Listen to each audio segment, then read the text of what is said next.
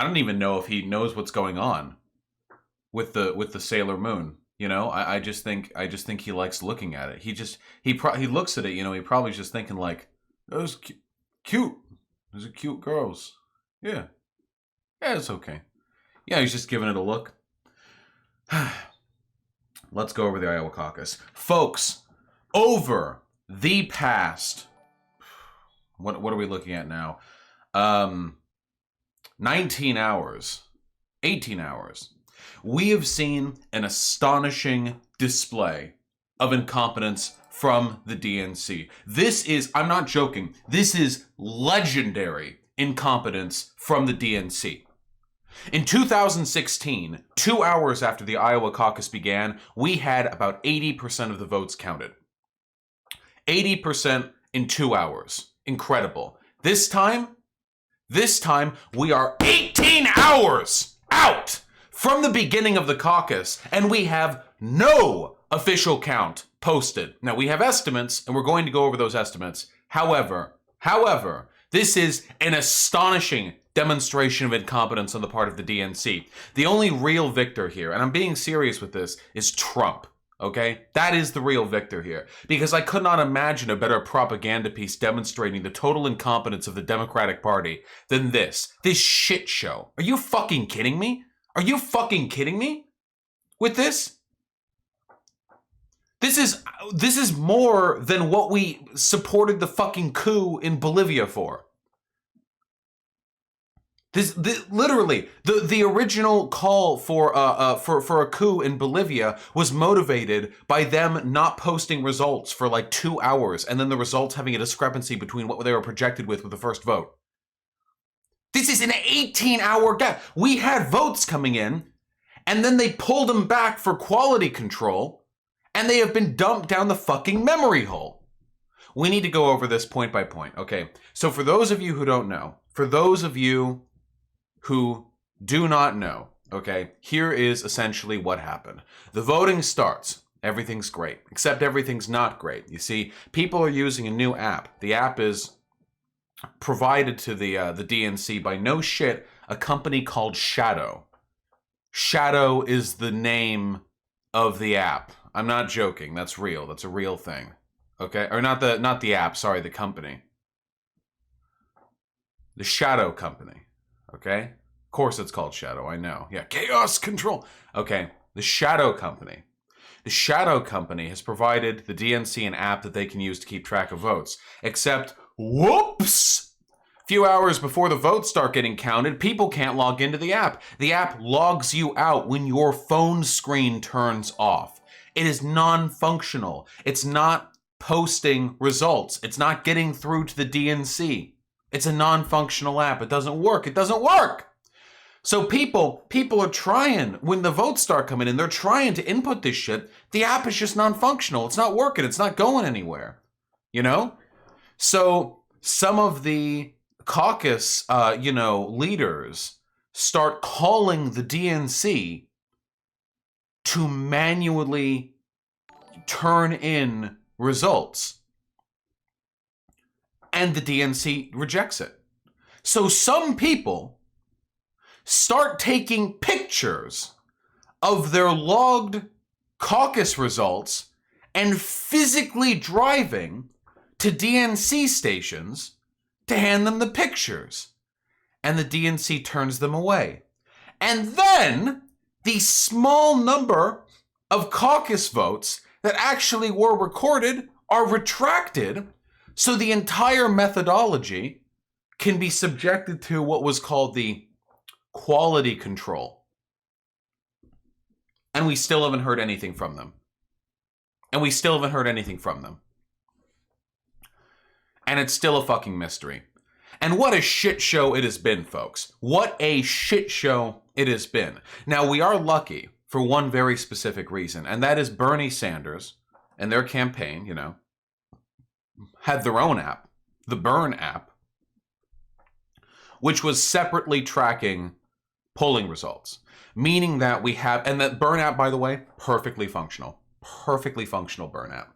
Oh, here, the camera's a little tilted. Must have gotten real feisty last night. There we go. Perfectly functional.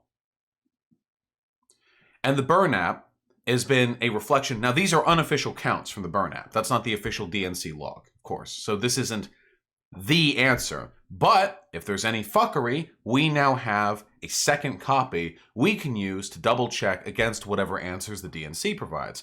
And at present moment, as of I think like 20 minutes ago or 30 minutes ago or something, the Bernie Sanders campaign released an email where they gave projected results based on the information they had, which is about 60% reporting from the total number of Iowa districts, about 60% of the votes, which is a fairly good representative sample, assuming that you're, evenly distributing 40%. No, it's 60%. It was 40%. Now it's 60%. They have a better count now. And we're going to go over that shortly. And by shortly, I mean now. Here we go. Here's the, of course my cam would block it. Here, I'll cut my cam. Sanders campaign releases internal caucus numbers. Now they did this because they felt it was unfair to all of their, oh, this is 40%? Where's the 60%? Wait, hold on. Wait, there was a 60% that just came out. Does someone in chat have the link to that? Here we go. This is the 60% result. My apologies. This must have just been tweeted out. I have the old number. Breaking. Bernie 2020 releases updated internal totals with 60% of the vote reporting. Again, this is not the official voting count. This is, hello, Garfield. One of these days, Garfield. One of these days. With Sanders coming in front at 29.4%, Buttigieg at 24.87%, Warren at 20.65%, Biden at 12.92%, and Klobuchar at 11.18%. Now, let's talk about this. Right now, we don't have the official numbers. In all likelihood, the official numbers are going to be similar to these numbers. Now, who here was present for my last stream? Can I get a show of hands in chat? Can I see some hands from the fucking audience? Because what I said, and I said this, was that I would rather see a slim victory by Sanders if Biden got dumpstered than I would see a strong victory by Sanders where Biden was in second. And boy, if I didn't get what I fucking wanted. Biden is the long-term threat here. Buttigieg has been hedging everything on a bounce back after Iowa. Everything. Buttigieg put a ton of weight into Iowa, as did Sanders. Sanders came out on top, as we expected, but Biden, sleepy Biden, where are your supporters at? Biden, where did they go? Biden, you napped and everyone left. Well, you were away. They all fell asleep. They got sleepy. In their rocking chairs. The octogenarian support base. 60-year-olds, 70-year-olds, you can count on them to vote. 80-year-olds, they got corn pops keeping them, busy. They have granddaughters to molest in public. I want this to be the end of the Sanders is unelectable. Sanders has, poor electability nonsense right here. This is the end of that. Biden, you're tied with Klobuchar. Biden, what are you doing? This is the end of the electability narrative. If you hear anyone, if you see people in person, if you see people on Twitter or whatever, oh man, Sanders, I don't know if he's got the stuff to stand up. Fuck you! Look at fucking Biden. Biden's support is completely ephemeral. Biden's support, it's wispy, Not at all like a corn pop, which is firm and solid and really, mealy in your mouth. This is like cotton candy. Are these numbers reliable? These numbers are not the official numbers. It is likely these numbers will be similar to the official numbers when the official numbers are posted. If that is not the case, if the official numbers end up being wildly different from this, then retract everything that I'm currently saying, unless they only prove the patterns that I'm currently speaking of. But if it ends up not sort of reaffirming what I'm saying, then of course I'm wrong. But right now, this is what we have, and these are probably fairly accurate. And this was almost best case scenario. Obviously, it would have been preferable if Sanders' lead was higher. I mean, of course, maybe he could have won 100%. However, this much of a lead over Biden is really fucking good. And again, Biden's support is completely transparent. Look at it. The moment it comes time to actually commit to the ballot box, the only reason people have been tentatively putting Biden as their preferred candidate in all these polls is because they're non-voters or they're non-political people who just vaguely sort of get the grapevine passed down to them. And they've heard, Biden was vice president to Obama, so he's kind of the default candidate. But that's it. When it comes time to vote, there's no energy for Biden. Sleepy Joe can't lead a crowd. So I want that to be the end of the electability narrative. I want that done with. I'm serious. And you all have every right from now on, if you see any of these wonkish fucking policy-brained libs shitting up the Twitter feed, to go at them and be very, very mean to them. You can do this. You can be very mean to them. It's legal, okay? And you should be mean to them because they're dumb and they are ruining this country with completely baseless accusations of unelectability to the most popular presidential candidate in the country. Okay? Very, very important. Keep that in mind. Look at these numbers. Look at these numbers. Here, hold on. Blow my nose real quick.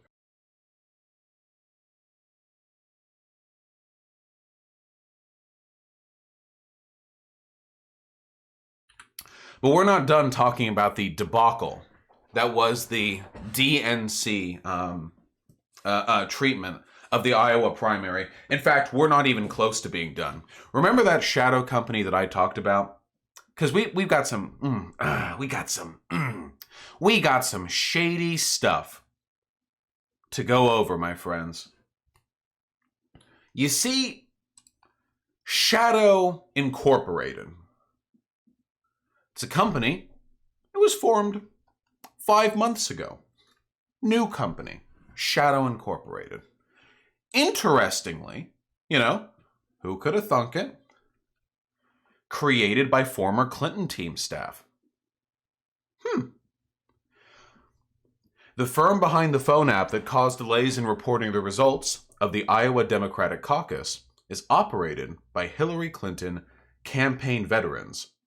The firm has also done business during the 2020 election cycle with Democratic presidential candidate Pete Buttigieg's campaign. Now, I saw this on Twitter last night. Was it the CEO or was it the husband of the CEO of this company that tweeted out, "Oh my God, Pete Buttigieg is running, emoji with the heart eyes, emoji with the heart eyes, emoji with the heart eyes"? It was the CEO? Interesting. So, former Clinton staff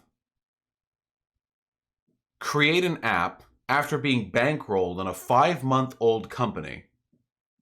Former Clinton staff that currently support Buttigieg, and they created an app to count the election tally results for the caucus in Iowa, which failed miserably. And then, during the voter count blackout that took place after the failure of the app, Pete Buttigieg declared victory and then went off to sleep. He did that. Pete Buttigieg, before any of the results were tallied, he had a little rally and he said, we did it, we won.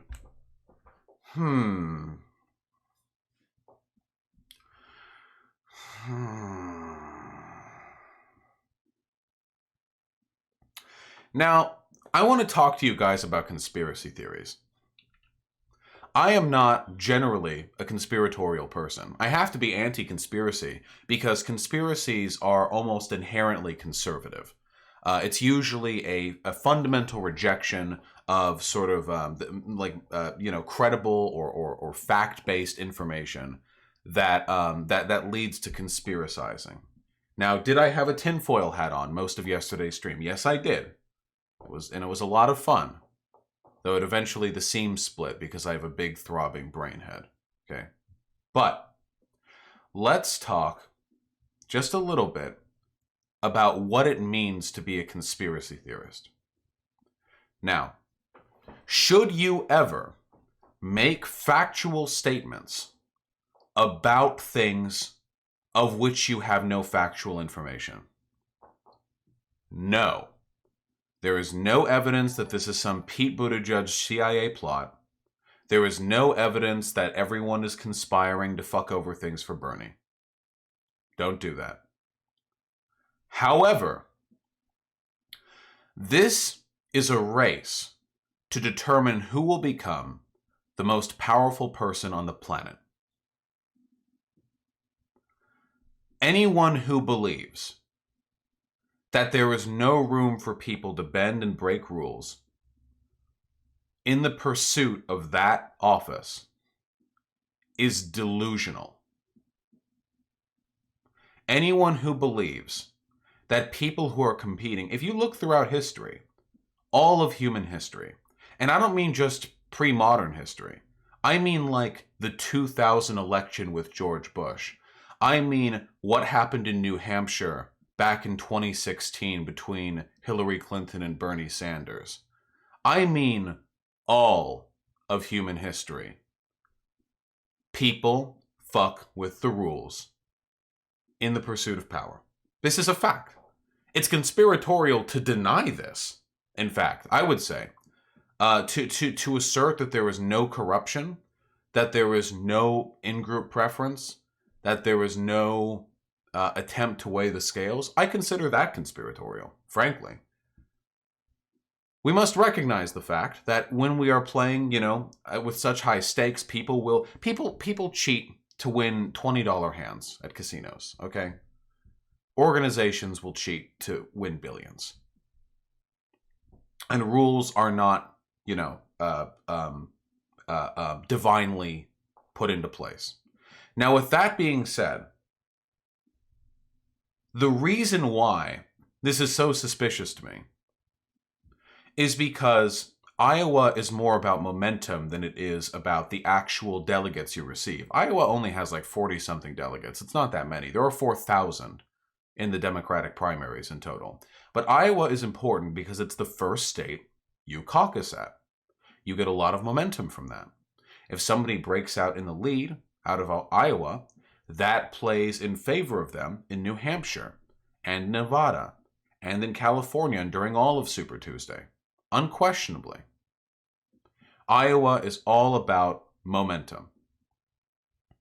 And that momentum is really fucked with when the DNC demonstrates a degree of incompetence so astonishing that it is unprecedented in centuries of Iowa caucus taking. This is unprecedented. We are 18 hours after the caucus began, and we have no results. For the past 20 years, every single person who has won the Iowa caucus has gone on to win the Democratic primary for the presidency. Bernie Sanders won Iowa. But the momentum is the reason why Iowa is so fucking important. So we have legendary incompetence on the DNC facilitated by the development of a non-functioning vote counting app that was created by a company that was made 5 months ago and designed and funded by former Hillary Clinton staffers who are currently pro-Buttigieg fans. And in the media blackout that occurred after the failure of the app, Pete Buttigieg declared victory and has in many ways benefited from the lack of an official tally. Because now, even if Bernard does come out ahead, which I think he will, pretty solidly, I think, even if that is the case, the momentum has been just brought to a grinding halt, just absolutely throttled by all of this. Ah, yes, of course. And shall we not forget that the husband of the CEO of Shadow literally works for Pete Buttigieg. I forgot about that. See, I got a little confused earlier with the CEO versus the husband of the CEO. My bad. The CEO was a fan of Buttigieg. The husband of the CEO works for Buttigieg. There we go. I'm sorry. My confusion, my apologies. Just happy to clear the record a little bit.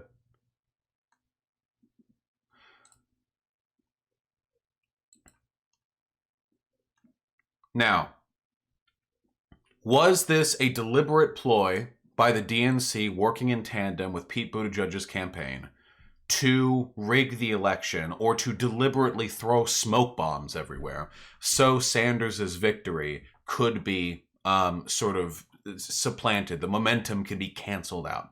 I don't know, and I can't know. We're not capable of having that information. That's the thing. We're ants, we're peons. We are nowhere near powerful or connected enough to know the truth about stuff like this. But what I know, and this is for a fact, is that that startling display of incompetence and coincidence is very unprecedented. Very, very unprecedented. And moreover, that it is not fair that the system should be designed in such a way to leave so much room for doubt. We already know the DNC is biased against Bernie Sanders. That's not a conspiracy. Of course they are. We know this is the case. This is an unbelievable level of incompetence. The coincidences here mount massively.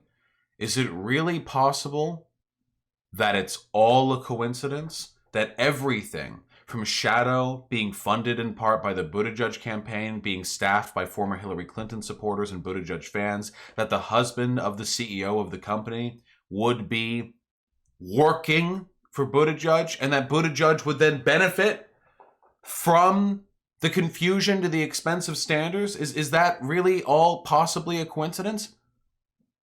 Yes. It is totally possible that all of that is a coincidence.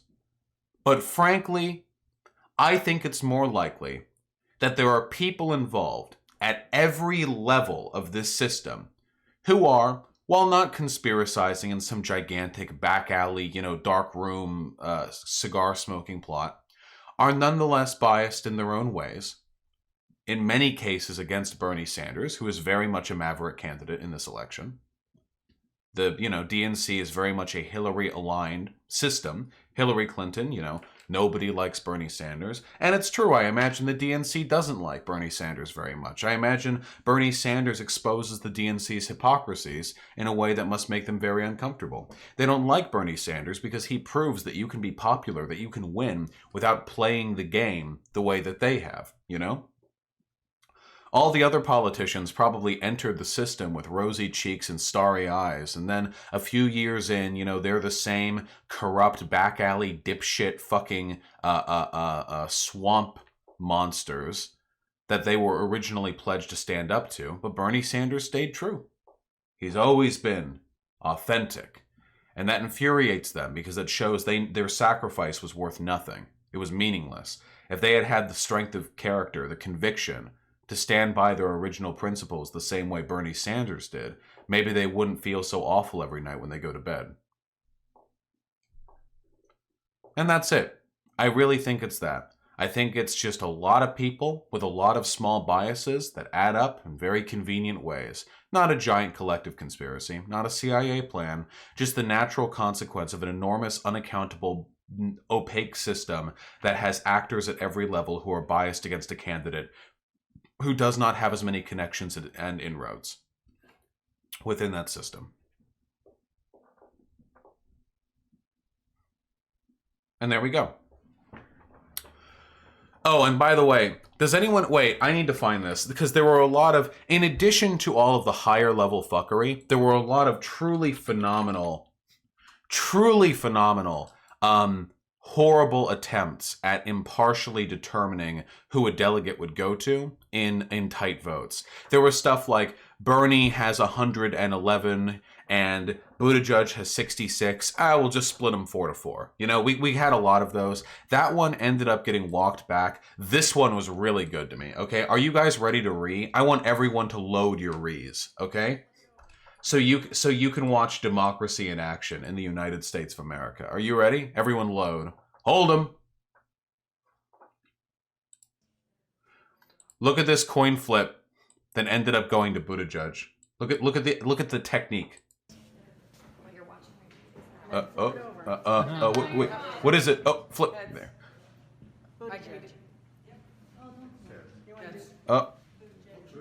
Whoop, went to Buttigieg.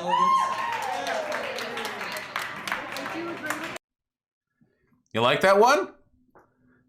Did you like that technique? Look at that. Look at that. Look at it. Gets it up in the air. He looks.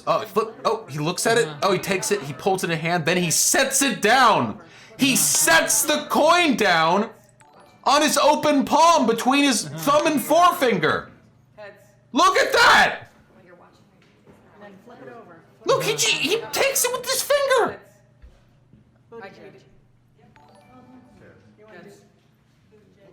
Alright, so Buttigieg will get 3 days. There you go, Buttigieg. Woo! Got high hopes for a living. Da, da, da, da, da, da. Here's the Reddit post and the subsequent Twitter link. That right there. That is some quality electoral discourse right there. The caucus system is completely fucked. The caucus system is disgusting to begin with. But who? Oh boy, man! Some of the and you know it's so funny because I've seen multiple videos of this where there are some like kind of little skating on by little Buttigieg victories through random and it always seems to land in favor of Buttigieg. I don't know, and it's always the weirdest little mathematical the persnickety little mistakes or the weirdest little coin flips. It's so strange. Yeah, probabilities being real goofy this time around. Whew. Whew, boy. I love it. I love it. I really do. I do love it. I don't love it. I dislike it strongly. No matter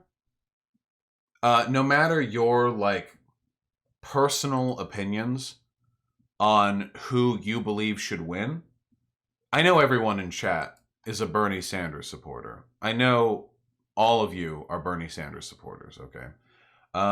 But no matter how many of you are or who you specifically support, all of us should want a democracy. I swear to God, if this had happened in another country and then there was a coup, all the libs in America would be in favor of that coup. Can you imagine it? Let's swap some names out, okay? We can just really quickly, okay? Yeah, so they were doing, party runnings for the presidential election in Venezuela, and they had an app that was designed by some of the, party heads that were backed by people who were supporting one particular candidate in the primary, and then the app failed, and then the app failed, and during the app failure, and no one knew what the votes were, and they were retracted for quality control, and then kept from the public for 24 hours. And during the 24-hour blackout, the person who was supported by the people who created the application that failed declared victory. Like we would if we write this down in a fucking in like a Wikipedia article. Like this would be like people be like, "Oh yeah, well naturally, of course this is electoral interference. Naturally, we have to go in there and we have to fix their democracy."